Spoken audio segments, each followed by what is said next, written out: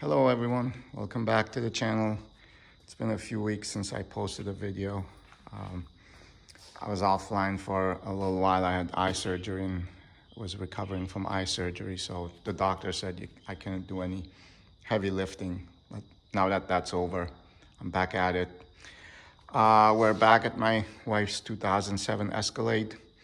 After I did the 2021 police Tahoe brake upgrade, I noticed it was making a clunking noise in the front, and I took off the wheel the other day and found the sway bar end link completely gone.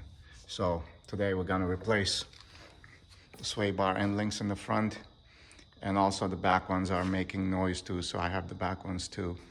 The fronts, we're gonna replace them with AC Delco sway bar end links, and should be pretty straightforward.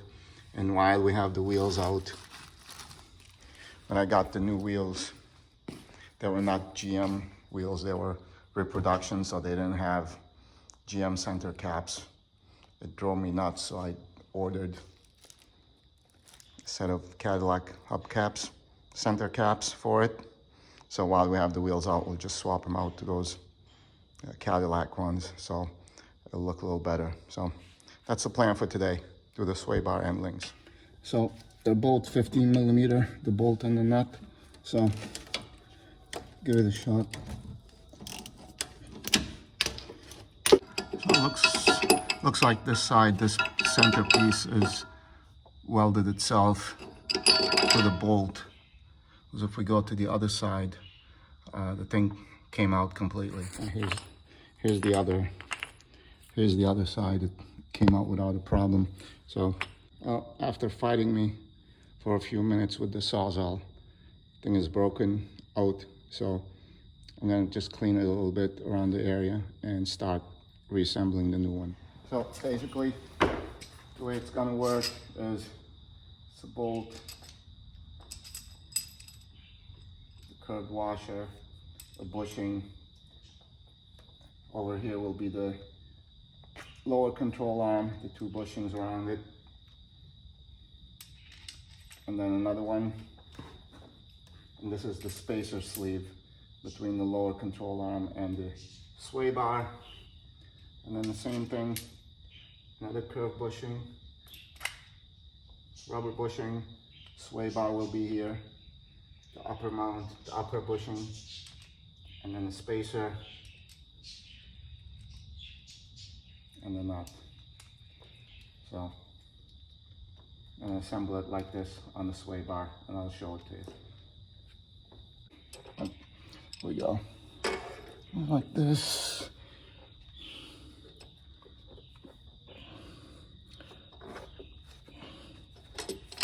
Rubber bushing,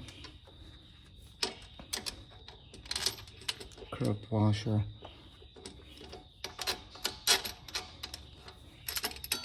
spacer,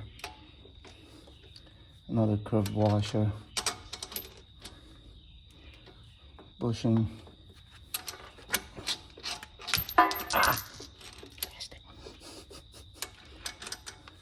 yeah, we'll get that.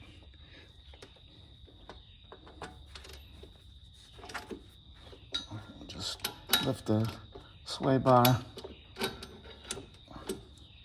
put it in there, and then we'll have to do another bushing.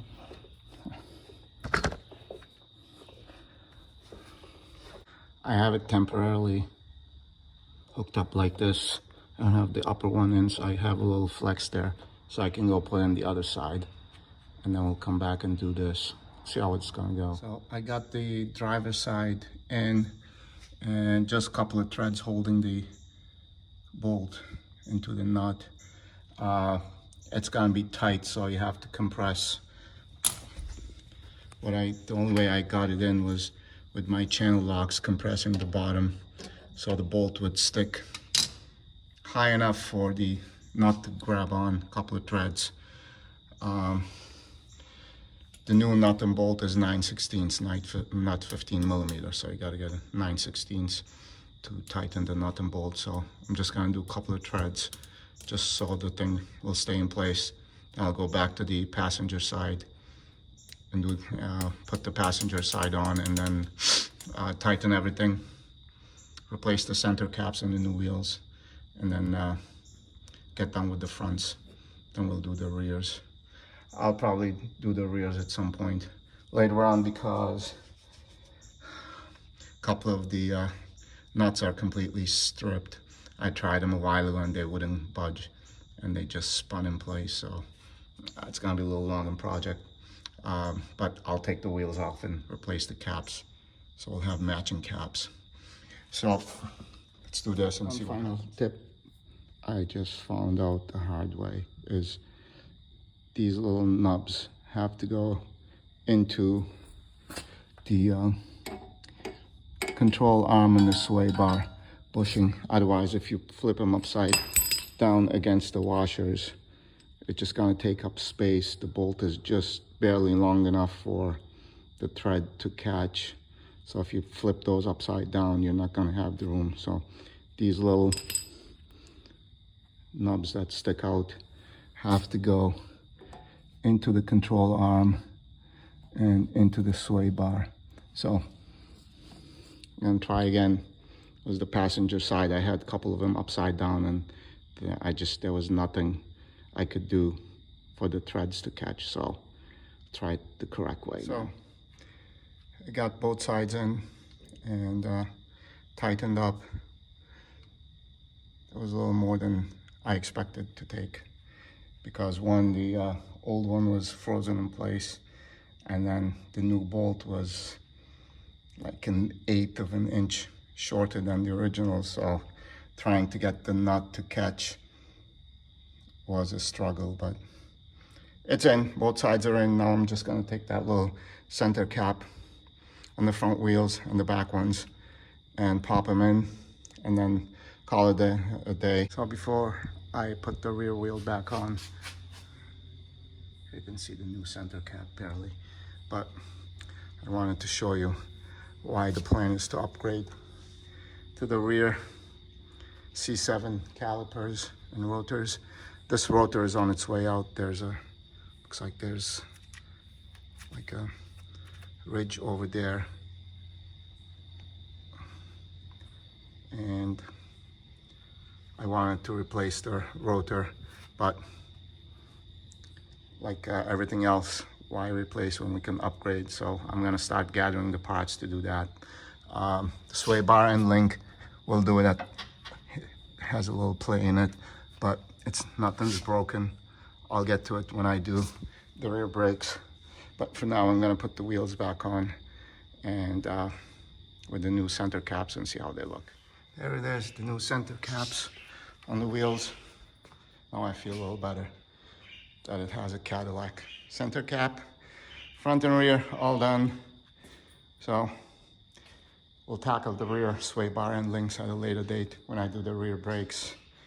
And one note here, sort of an update on the front brakes. Those pads are horrible as far as dust is concerned. They put out so much dust that the wheel is just getting dirty. So when I do the rear brakes, I'm gonna swap the pads in the front also to ones that don't put out as much dust. So anyways, thanks guys for following. Also, I wanted to say a big thank you to whoever is following me, subscribing and watching. I had a goal of 100 subscribers by the end of this year. And as of today, October 20th, I'm already at 127, yay. So now my goal is 150 by the end of the year. See if we can make it happen. And then there's still the TA to do the subframe bushings and the connectors. And then the Talon, it's going to my friend's shop. He's gonna do the head gasket and the clutch. That's his specialty, is DSMs. And I'd rather him do it than me, even though if I try it, I'll be able to do it, but he knows it backwards, forwards. by the time I touch something, he's already done it. So next week, it's going to his shop. I'm gonna do the head gasket. I'm gonna put a twin disc clutch in it. Then hopefully, if not this year, early next year, I wanna dyno it. And then next year, take it to the track. I haven't been to the track in 10 years, so it'll be great. Once again, thank you very much, guys, for following and subscribing. This is great for me that there are people who actually enjoy watching this channel. I'll catch you later. Thank you.